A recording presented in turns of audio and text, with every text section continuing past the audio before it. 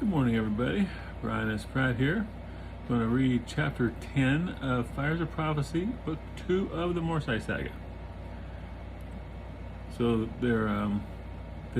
now they have acquired 3 more people: Roland and his wife Ezra and son Archie.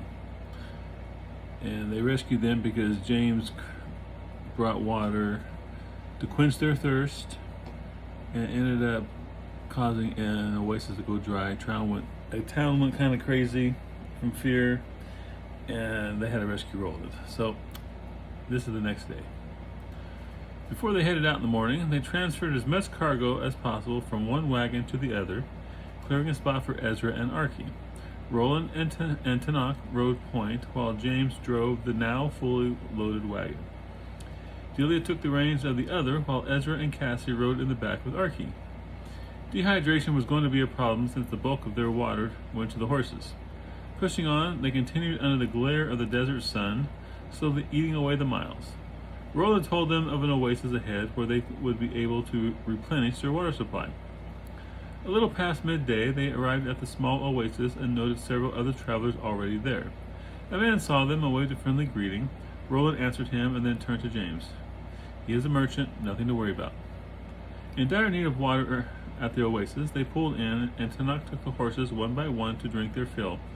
Delia and Cassie gathered the water bottles and filled them at the pool. James saw Ezra near the palm-like trees growing around the oasis, picking the fruit hanging from the branches. She never took all from any one tree, always left over half.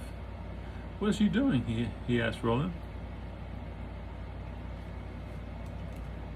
"Picking dates," he explained. "It is the custom to take a few, leaving the rest for other travelers." James nodded in understanding and walked to the closest tree, picking one. It was an odd-looking fruit, purplish in color with red lines going through it. He took a bite and discovered that it had a slightly bitter taste, though not altogether unpleasant. When Roland saw that he had finished the fruit, with only the pit remaining,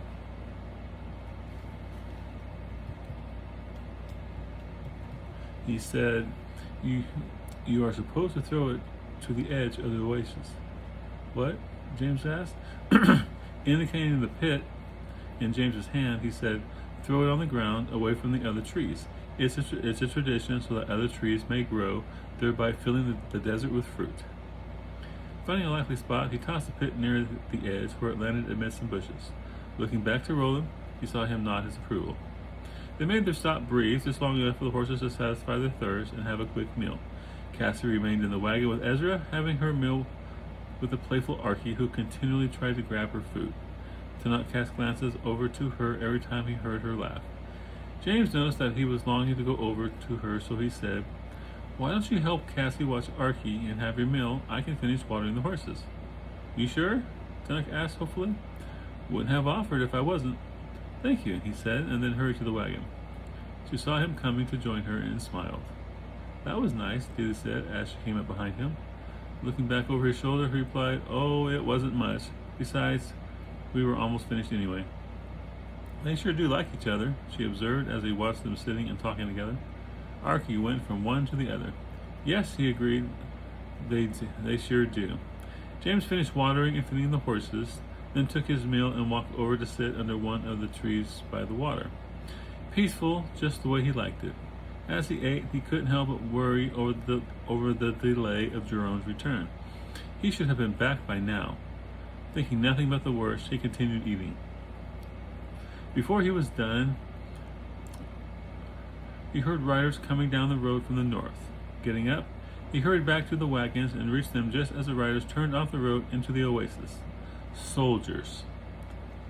7 enemy soldiers and a civilian entered the oasis and dismounted by the pool, letting the horses drink. They glanced occasionally over at James's group, but otherwise paid them no heed. Roland noticed how everyone had tensed up with the appearance of the soldiers. He came to James and whispered, "What's wrong?" "Nothing," James replied, not wanting to get Roland involved. "Right," he replied in a tone saying he didn't believe that. James just looked back at him, not giving him any more of an explanation. The soldiers dismounted and were at the edge of the pool filling their water bottles. The civilian, oddly enough, remained on his horse. James glanced over to him and realized that the civilian was staring right at him. A shock of recognition ran through him. Jerome. His eyes widened in recognition, and then he nodded, letting Jerome know that he recognized him. Not wishing to alert the soldiers to the fact that they knew each other, James leisurely made his way over to where Tanuk was in the back of the wagon with Cassie. As he approached, Tanuk hopped out of the wagon. Excited, he started saying, "James, do you..." Putting a finger to the lips for silence, James nodded and whispered, "I know." "What are we going to do?" he asked quietly, casting glances to Jerome. "Let's take the wagons down the road a ways and wait for them to come. We could ambush them." "We should do it now," insisted Tanuk a little too loud. Soldier looked over in their direction at the outburst, but otherwise continued about his business. "What about the girls?" "If they leave here," Tanuk argued, "we may lose the chance to get him back." Roland came over and joined them. "What is going on?" "They have our companion," James explained, nodding to where Jerome sat, secured to the horse. Roland looked over and saw him. "Are you thinking about doing what I think you are?" Looking into their eyes, that was answer enough. "Are you crazy? Do you know who that is over there?" He indicated the officer in charge. James shook his head. "No." "His insignia shows him to be a commander of 10, continued Roland. "So?" Tanuk replied, obviously not impressed. "A commander of 10 only became one by being the best with a sword and usually totally ruthless," he explained. "Any ordinary man taking him on dies. Still, we must rescue our friend," insisted James. Nodding, Tanuk agreed. "You're both crazy," Roland exclaimed. Tanuk grinned and said, "Probably." James told Roland, "Go back and have the girls start moving the wagons out of here."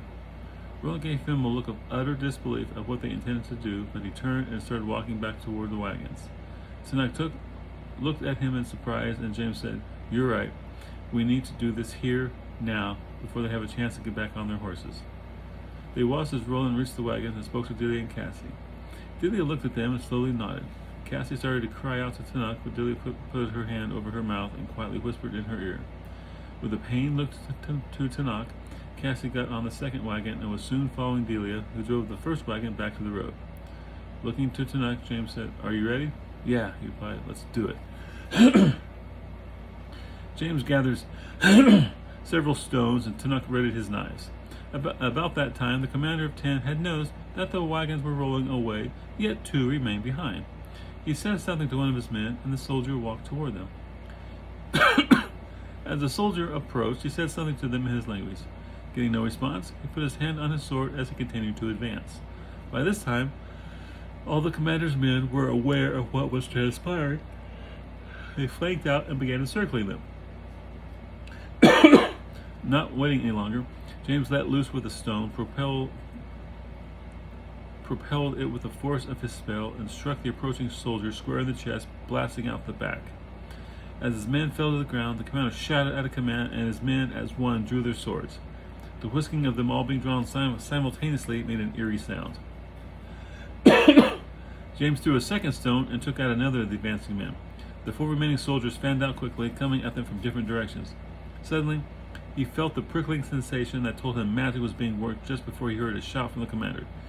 Turning his direction, he saw a green blob arcing through the air toward him. Thinking fast, he created a shield just before the green blob struck. It spread, covering the shield in a green, sticky substance. Through the green goo, he saw Tanuk being hard-pressed by the man he fought, with the others coming fast. His opponent was very skilled with the blade, and there were 3 more coming to join him. James changed the nature of the shield, and it burst into flames, searing off the green goo, leaving him covered in a film of fine ash. Quickly, he tossed his last stone at one of the men advancing upon Tanuk, and caught him in the thigh, literally blasting off his leg at the hip. The man fell, crying out in pain. Out of the corner of his eye, he saw that Roland had snuck around the oasis and was coming toward where Jerome sat tied to the horse. But then his attention was again turned to the commander, who drew his sword and advanced upon him. James raided another spell, and a bolt of energy flew from his extended hand, striking the commander full on the chest, where it exploded in a shower of sparks. When the sparks cleared, James saw him still standing, untouched. Grinning evilly, the commander continued his advance upon him. Another spell on the ground erupted under him. Still, he marched on. James quickly glanced to where Jerome had been, but now only saw the horse with an empty saddle. Turning his attention back to the advancing commander, he considered the situation. He must be protected in some way. James began backing up, prolonging the inevitable contact, trying to come up with some sort of solution to the problem. Catching a flash of movement out of the corner of his eye, he saw Jerome coming to Tanak's aid as he joined the fight. If I can't use magic on him directly, concentrating once more, he brought his hands together, and then as he let the power loose, he spread them apart. With a crack, the ground under the commander opened wide. Losing his balance, he fell into the gaping hole. Once he had dropped out of sight, James again unleashed the power, and with a clap, brought his hands back together. The sides of the hole smashed together, closing with finality. He looked around and saw Roland, Tanuk, and Jerome approaching, the remaining soldiers lying dead on the ground. Jerome was covered in bruises, and his clothes were stained with blood, but otherwise in high spirits. "Thanks! You're welcome," he replied. "Glad to have you back." "So am I," Jerome replied. "I didn't ever expect to see you two again." "We were beginning to get worried about you," Tanuk chided him. "What happened?" "I'll tell you when we catch up with the others." They each commandeered one of the soldiers' horses and mounted. They raced after the wagons. The girls came to a stop when they saw them coming. Delia leapt to the ground and rushed to Jerome, giving him a big hug when he dismounted. Returning the hug, he asked, "Miss me?" With tears of relief running down her face, Delia replied, "A little," and then she smiled. "Well, let's go back to the Commander of 10. Why Commander of 10? No real reason. It just sounded cool when I wrote it. 10 and Commander of 10. 10 what? I don't know. I have no idea. I probably should have had him with 10 soldiers instead of 7. That would have made a little more sense. But I haven't quite figured out what Commander of 10 means. I don't know. It just sounded neat. And see, James has a lot of potential, but little skill in the magical battles. Every battle he's learning, and every battle he's getting better at what he's doing. I mean, like in Dark Shores, he'd have taken this guy out no problem. You know, boom, boom, boom, been done. But now he doesn't have all those things already figured out in his head. And like when he put his hands together and spread them apart, that kind of helped him focus on what he wanted to do in the ground. The hands were the ground, so it helped him focus on the ground under him. His thumbs kind of being the commander in the ground, and then split them apart and back together again. It just helped him focus and visualize what he wanted to do, because that's important in doing magic in this world, or in my world, I guess. All right. Cassie gave Tanuk a warm hug and kiss as well. He kissed her repeatedly until Jerome finally had to break them up. A little red-faced, they realized what they had been doing. Hang on a second.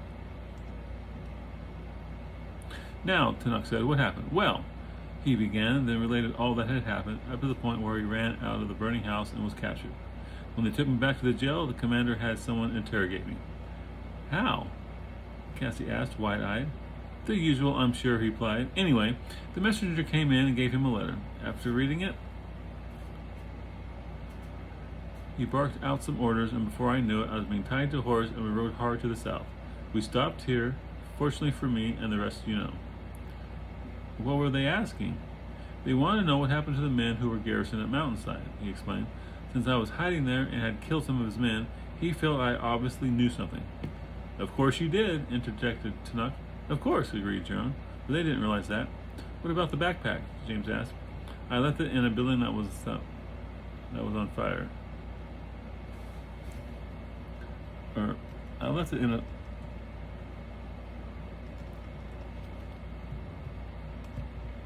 I tossed. I'll get my S to work. Hang on. I probably need a new laptop. I tossed it into a burning... There we go. "What about the backpack?" James asked. "I tossed it into a burning building," he said. "I saw it catch fire myself, so there should be no more worries from that." "Thank you," James said. "I'm sorry you got hurt, though." Looking at James tiredly, Jerome said, "So am I." He then turned his attention to Roland. "And who are you, and why did you untie me? Not that I'm complaining or anything." They related the events which led up to Roland and his family joining them. When Tanakh explained the devilish monster walking out of the dried-up oasis, he broke into a laugh. Wish I could have seen that. Leaving Jerome with the girls in the wagons, the other three returned to the oasis. There they dragged the bodies of the soldiers out into the desert and buried them. Once they were hidden and all traces of the battle removed, they returned to the wagons and resumed their trek to Khorasan. Jerome sat in the back of the wagon with the girls and Archie in order to rest, soon falling asleep. Everyone became quiet for a while as they let him sleep, understanding that he needed it. For his part, James was relieved at having Jerome back. Now, if we can just get Miko and Jerome's sister. They kept going until late in the afternoon when they began to see the outlines of a fairly sizable city coming up ahead. With Tanakh and Roland out front, they approached the town. Off to the east, they saw an area where several caravans camped. Looks to be a caravansary, Roland said, indicating the groups of wagons. Should we stop there for the night? James asked. It's what it's there for, he explained. All right then, agreed James. Let's find a spot and set up camp. As they neared the caravansary, a man came over to them and said, "Good day to you, sirs." "You speak our language?" James asked. James replied, astonished. "I speak many," the man explained. "I am Alim, the caravansary master." "I am James," he replied, "and we are looking for a spot to stay the night. To stay here will be a silver a day." James looked to Roland, who shrugged. Turning back to the man, he took out a silver and handed it to him, saying, "Very well." Alim took the coin. "Find a spot that suits you." He then turned and hurried off toward town. They found a suitable area that was not too close to any of the others and was getting settled in when another man came over. "Greetings, fellow traders." "Greetings," replied James. I'm not one to cause trouble," he said, "but I saw you talking to Alim just a moment ago." "Yes," James replied nervously. "Did he say that he was the caravansary master and that you had to pay to stay here?" "Yes, he did," James replied. "Why?" The man laughed. "You didn't pay him, did you?" "That's silver," admitted James. The man laughed all the harder. "What's so funny?" "He's not any kind of a caravansary master," the man explained, wiping tears from his eyes. "He's a beggar who does this from time to time with new arrivals." From behind him, he heard Tanakh break into laughter. "That's funny."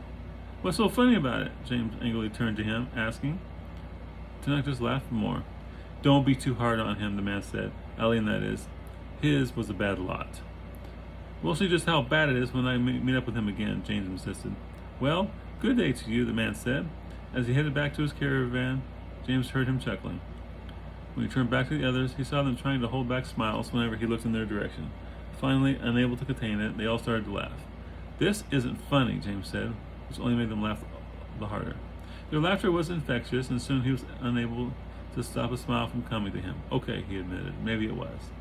He went to Roland and asked, "Would you be willing to come with me into town and to see about getting another wagon and some barrels for water?" "Certainly."